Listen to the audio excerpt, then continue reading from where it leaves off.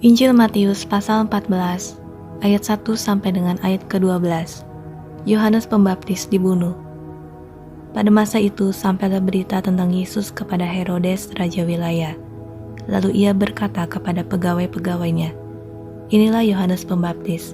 Ia sudah bangkit dari antara orang mati, dan itulah sebabnya kuasa-kuasa itu bekerja di dalamnya." Sebab memang Herodes telah menyuruh menangkap Yohanes, membelenggunya dan memenjarakannya, berhubung dengan peristiwa Herodias istri Filipus saudaranya. Karena Yohanes pernah menegurnya, katanya, "Tidak halal engkau mengambil Herodias."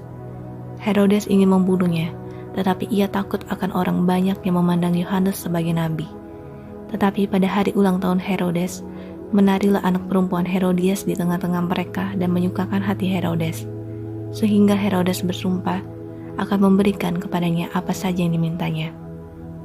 Maka setelah dihasut oleh ibunya, anak perempuan itu berkata, "Berikanlah aku di sini kepala Yohanes Pembaptis di sebuah talam."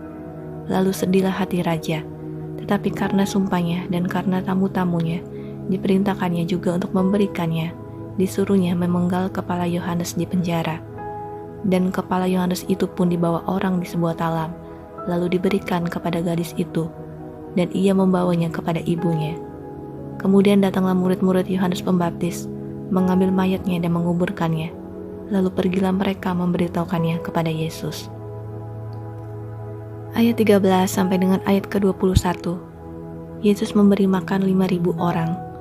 Setelah Yesus mendengar berita itu, menyingkirlah ia dari situ, dan hendak mengasingkan diri dengan perahu ke tempat yang sunyi.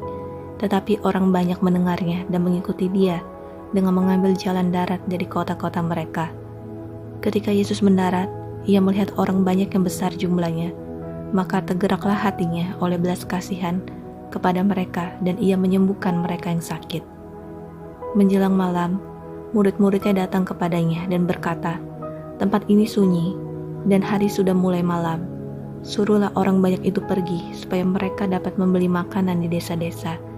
Tetapi Yesus berkata kepada mereka, "Tidak perlu mereka pergi, kamu harus memberi mereka makan."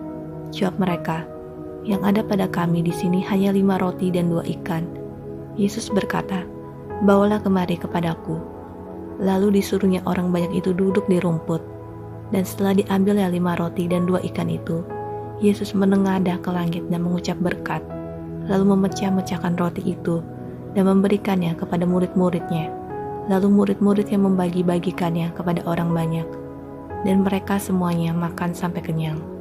Kemudian orang mengumpulkan potongan-potongan roti yang sisa, 12 bakul penuh. Yang ikut makan kira-kira 5.000 laki-laki, tidak termasuk perempuan dan anak-anak.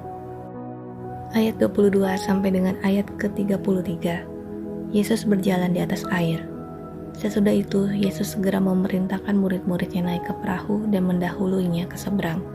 Sementara itu, ia menyuruh orang banyak pulang. Dan setelah orang banyak itu disuruhnya pulang, Yesus naik ke atas bukit untuk berdoa seorang diri. Ketika hari sudah malam, ia sendirian di situ. Perahu murid-muridnya sudah beberapa mil jauhnya dari pantai dan diombang-ambingkan gelombang karena angin sakal. Kira-kira jam 3 malam datanglah Yesus kepada mereka berjalan di atas air. Ketika murid-muridnya melihat dia berjalan di atas air, mereka terkejut dan berseru, "Itu hantu!" Lalu berteriak-teriak karena takut. Tetapi segera Yesus berkata kepada mereka, "Tenanglah, aku ini, jangan takut."